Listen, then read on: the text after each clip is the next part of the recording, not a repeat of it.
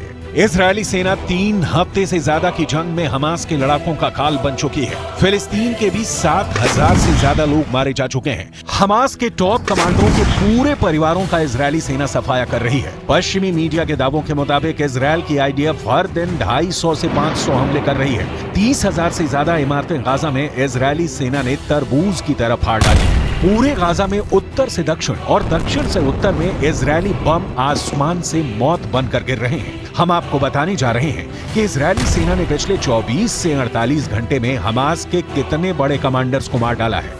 Hamas के ठिकानों, command centre, सुरंगों और रॉकेट लॉन्चर्स को इजरायली सेना बुरी तरह से तबाह कर रही है। आईडीएफ ने बताया है कि उनके हमले में हमास का रॉकेटमैन हसन अल अब्दुल्ला मारा गया है। उत्तरी गाजा से इजरायल की तरफ दागे जाने वाले रॉकेट्स की जिम्मेदारी अब्दुल्ला के पास थी।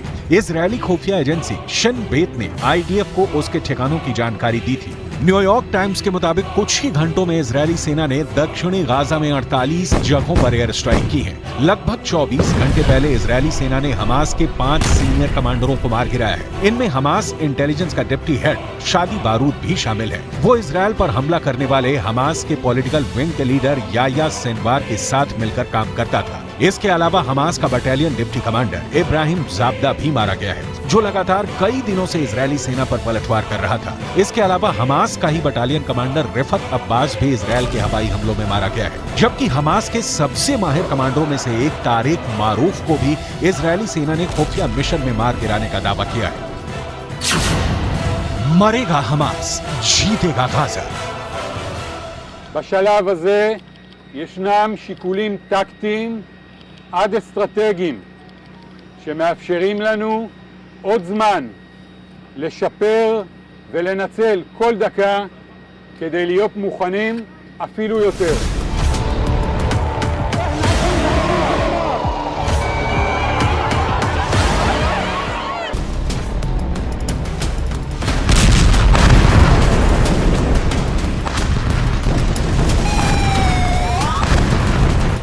हमास के पास रूस की एंटी टैंक मिसाइलें और रॉकेट आ चुके हैं। खबर ये भी आ रही है कि ईरान ने हमास को हजारों की तादाद में रॉकेट, कम दूरी की मिसाइलें और भारी संख्या में ड्रोन दे दिए हैं। वहीं दूसरी तरफ स्पेशल फोर्स की तरह लड़ने वाले हिजबुल्लाह के 45,000 लड़ाकों को इजरायल पर किसी भी वक्त बड़ा हमला करने के लिए तैयार रहने को कहा गया है। जबकि ईरान ने 5,75,000 सैनिकों को हमले के लिए पूरी तरह से तैयार रहने का आदेश दे दिया है। लेकिन दूसरी तरफ इजरायल ने जंग के सारे तौर तरीके पूरी तरह से बदल दिए हैं। इजरायली सेना जमीनी हमले न करने का नाटक कर रही है, शांति की बात कर रही है, जबकि हकीकत में इजरायली सेना हमास के लड़ाकों और समर्थकों को चुन चुन कर मारने के लिए सभी घातक हथियार और तरीके इस्तेमाल कर रही है।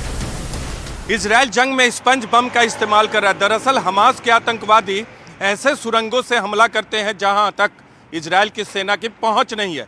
ऐसे में इजरायल की सेना फोम के बने स्पंज बम का इस्तेमाल करती है, जो अधिक इलाके में फैलता है फटने के बाद और अधिक लोगों की जान लेता है। मुस्लिम लड़ाकों से नहीं जीत पाएगा इजरायल।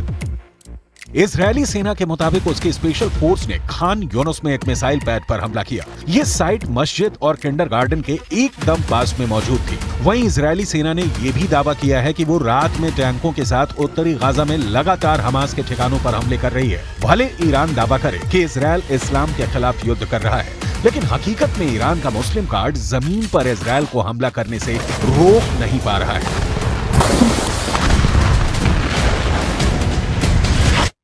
हमास बंधक बनाए करीब 200 लोगों में से सिविलियन की रिहाई के लिए तैयार है, लेकिन इसके एवज में हमास ने जो मांग की है वो है इजराइल के जेलों में बंद 6,000 फिलिस्तीनियों की रिहाई। बंधकों की रिहाई का फैसला हमास ने ईरान के जरिए मॉस्को में सुनाया। ईरान के विदेश मंत्री को लेकर हमास के नेता मॉस्को पहुंचे, व्लादिमीर पुतिन से मुलाकात की। बंधकों को हथियार की तरह इस्तेमाल करने की ट्रेनिंग हमास को ईरान ने ही दी।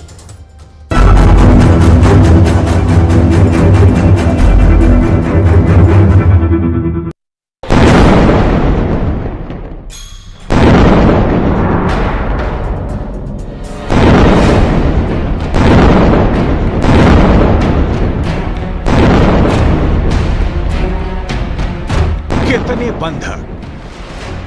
200, 220, 222, 224।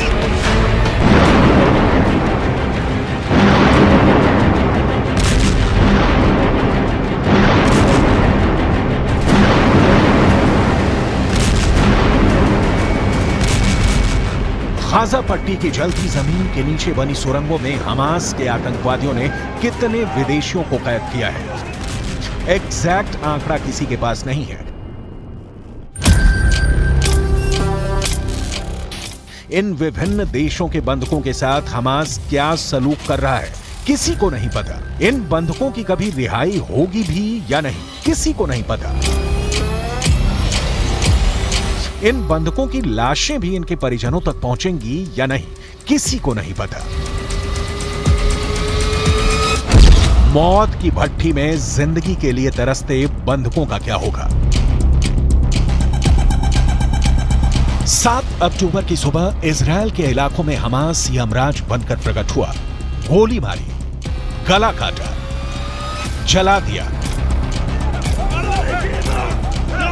और करीब 222 लोगों को बंधक बनाकर गाजा पट्टी ले गया।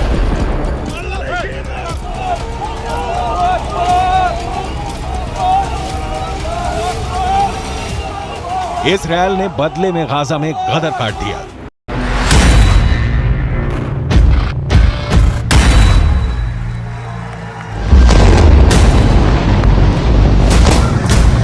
लेकिन इन 222 लोगों की जान तलवार की नोक पर अब तक लटकी हुई है।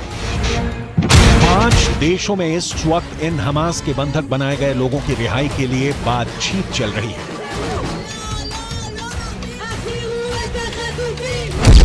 रूस, ईरान, कतर, मिस्र और तुर्की। बंधकों की रिहाई को लेकर सबसे ताजा रिपोर्ट मॉस्को से आई है। हमास के नेता ईरान के विदेश मंत्री को लेकर रूस के राष्ट्रपति व्लादिमीर पुतिन से मिलने रूस पहुंचे।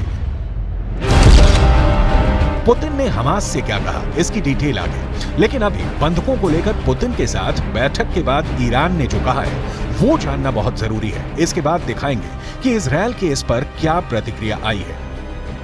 is ready to release civilian prisoners. On the other hand, the world should support the release of 6,000 Palestinians held in Israeli prisons.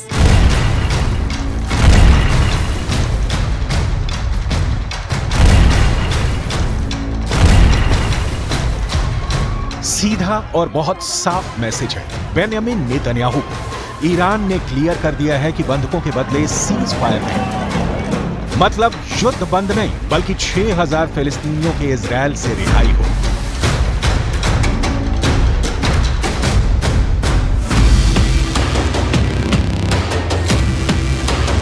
Israel ने कई सालों में फिलिस्तीन के हमास आतंकियों को अपनी जेलों में कैद रखा है। ईरान उनकी रिहाई की मांग हमास की ओर से कर रहा है। लेकिन सवाल है, क्या हमास की ये डिमांड इजरायल को मंजूर होगी या नहीं। युद्ध में कूदने की धमकी देने वाला, हमास को फंडिंग और ट्रेनिंग देने वाले ईरान के बोल मॉस्को में क्यों बदल गए, इसकी चर्चा आगे करेंगे।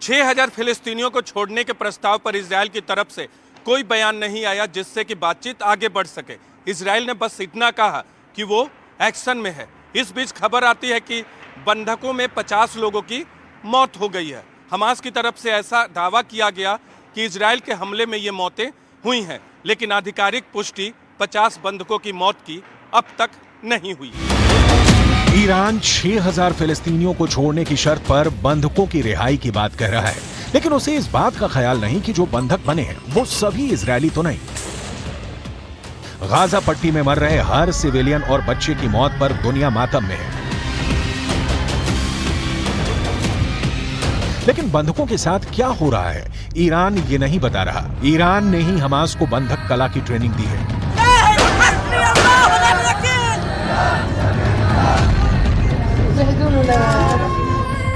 और अब ईरान ही ये सारा ड्रामा रच रहा है। ऐसा पहली दृष्टि में स्पष्ट दिखता है, लेकिन ईरान के इस चाल की डिटेल आगे। अभी बंधकों की डिटेल देखते हैं। इजरायल के मुताबिक 138 बंधकों के पास विदेशी पासपोर्ट है। कई लोग दोहरी नागरिकता वाले हैं। इनमें 15 अर्जेंटीना के हैं, 12 अमेरिकी हैं, 6 फ्रेंच हैं, 6 रूस के नागरिक हैं, 1 चीन का नागरिक है, 1 श्रीलंका का है, 2 तंजानिया के हैं और 2 फिलीपींस से हैं।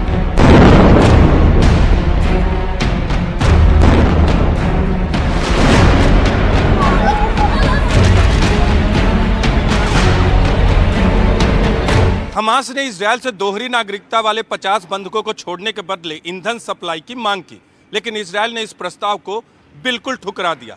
इजरायल ने साफ कहा कि जब तक सभी बंधकों की रिहाई नहीं होगी तब तक ईंधन सप्लाई की अनुमति नहीं दी जाएगी। इस बीच हमास का प्रतिनिधिमंडल मॉस्को पहुंचता है और वहां से ईरान का एक बयान आता है कि जब तक 6000 फिलिस्तीन कैदियों को नहीं छोड़ा जाएगा तब तक सभी बंधकों की रिहाई नहीं होगी। देखते हैं इसके बाद इजरायल का रुख क्या होता है। दुनिया की नजर में ईरान भी हीरो बनना चाहता है। अमेरिका के बिना रूस के साथ गलबहियां कर ईरान साबित करने पर तुला है कि वो इजरायल बंधक संकट ही नहीं, युद्ध संकट भी टाल सकता है। जबकि सच ये है कि बंधक बनाना और फिर महंगी से महंगी फिरौती वसूल करने का काम ईरान कई सालों से कर रहा है। सबूत देखिए। हमास के आतंकवादी सभी को मार सकते थे, लेकिन नहीं मारा, क्योंकि हमास बंधकों को हथियार की तरह इस्तेमाल करना चाह रहा था। हमास को पता था कि इसके बाद इजरायल गाजा को धुआं-धुआं कर देगा और तब बंधक उसके बहुत काम के होंगे। और तो और हमास के बंधक बनाने की योजना ईरान की तरह ही दिखाई देती है।